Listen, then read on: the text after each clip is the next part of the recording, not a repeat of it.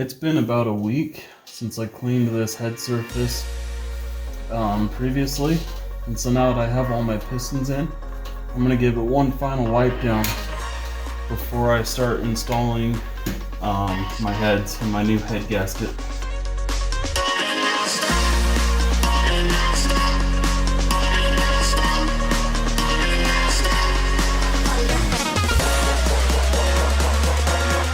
See how much dirt and grime I'm still pulling off? You want to make sure the surface is completely clean before putting your new head gasket on. As always, make sure you clean both surfaces before installing parts, old parts or new parts.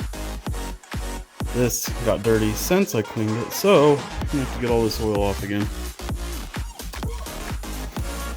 So the way you can tell which way these gaskets go, so you have these pinholes at the top of your gasket, and they line up with that hole and that hole. And then you have this wavy part that comes out for these two holes here. That wavy part is at the front of your bank right here on the driver's side. And then you'll notice that these two holes line up with your bolt hole and your lineup dowel to put your gasket in place.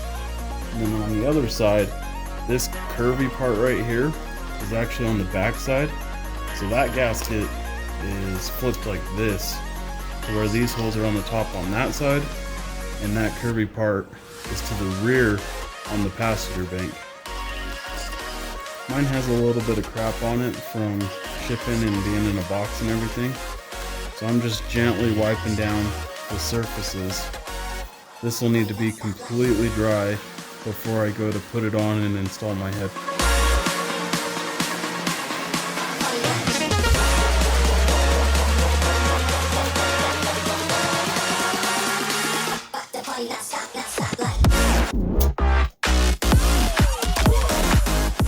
As you can see, I've got all my holes and all my water ports lining up, and we know these top holes are lined up with those ports on the bottom, and it's on the dowel pins all the way down, so that gasket's good. If you remember when we were undoing the bolts on this timing cover, that was to gain the angle in order to get our camshaft out. So when we're putting it back in, we're going to start with the camshaft and get that in first, and then go ahead and start setting it down on these dowel pins. And you'll need to make sure to get your header under your wire harness if you've got it exactly like I do. Am I doing this? Holy.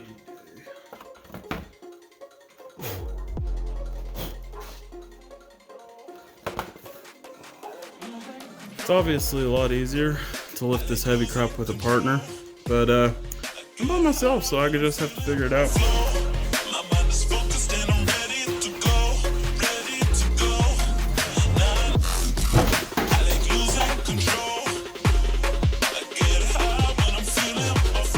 So I've got my right foot on the lower subframe and my left foot on the transmission, so that I can still move my timing cover back and forth, and I'm right over top of my cylinder so that I can put this in by myself.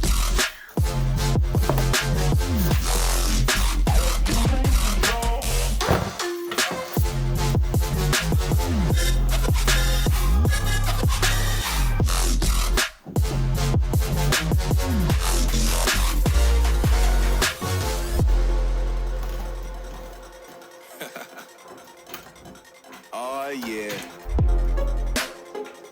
Are we talking about losing control? I'm gonna show you how we lose control, baby. Come on, right there. Watch this. Look, Marty Mark. Watch the way I start up. I've been going hard, but I can go way harder. Every beat I'm on, yeah, you know that I slaughter, and I'm always looking gorgeous. So if you remember, we loosened these inner two rocker arm bolts so that the retained washer on the header bolt can get past it. So remember to pull these back out. Now when you're putting head bolts in, you always want to make sure to oil the threads. If you don't get oil on them threads, you're not going to be able to torque it to spec correctly. It's just going to give you a hard time.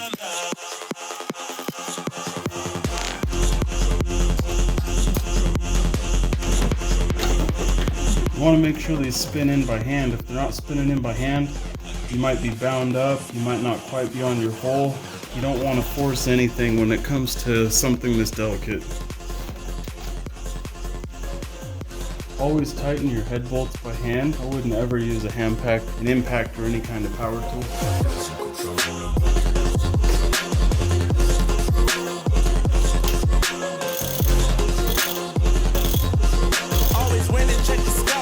If any of your bolts are giving you issue, pull them back out and make sure your threads are good.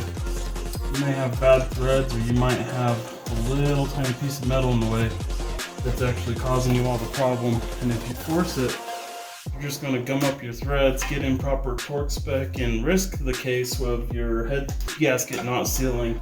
As you can see, that cylinder had a ton of crap on it. You got to wipe this off and get it in again.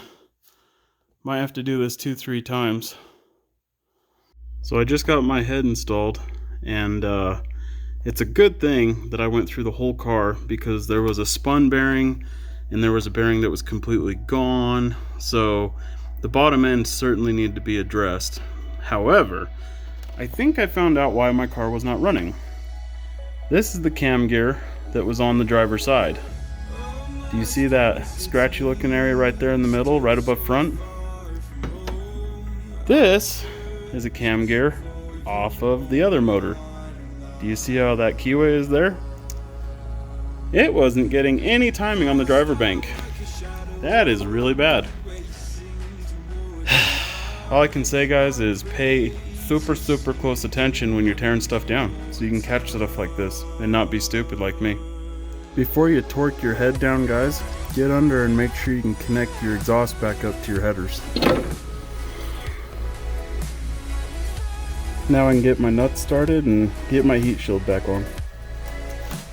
Now that the heads are installed and I have oil on all the bolts and they're all finger tight all the way down, I'm going to torque them all to 45 foot-pounds.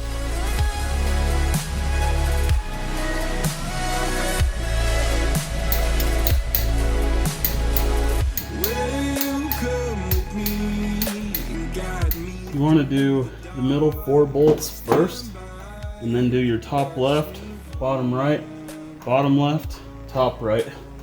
That's the torque sequence you want to go in. Make sure you do both heads to 45 foot-pounds. Hope you ate your Wheaties, because step 2 and 3 are 65 foot-pounds. You do 65 foot-pounds to all of them, and then you go back and do 65 foot-pounds to all of them again one more time.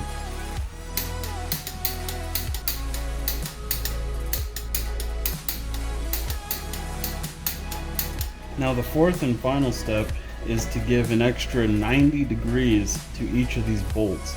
That means from this plane of angle, you're going to turn all the way until you're at this plane of angle, a quarter of a circle. You can use one of these cheap angle, or you can use one of these cheap angle doohickeys, but I find it easier just to eyeball it and get it done, other than using this.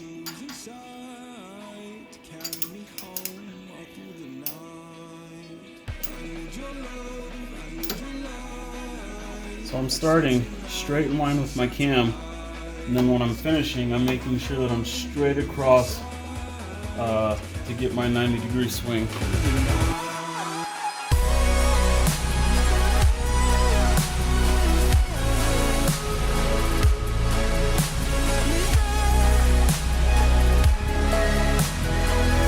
So now that I've got my gaskets replaced on my EGR tube solenoid, I'm going to make sure to get my plug back on.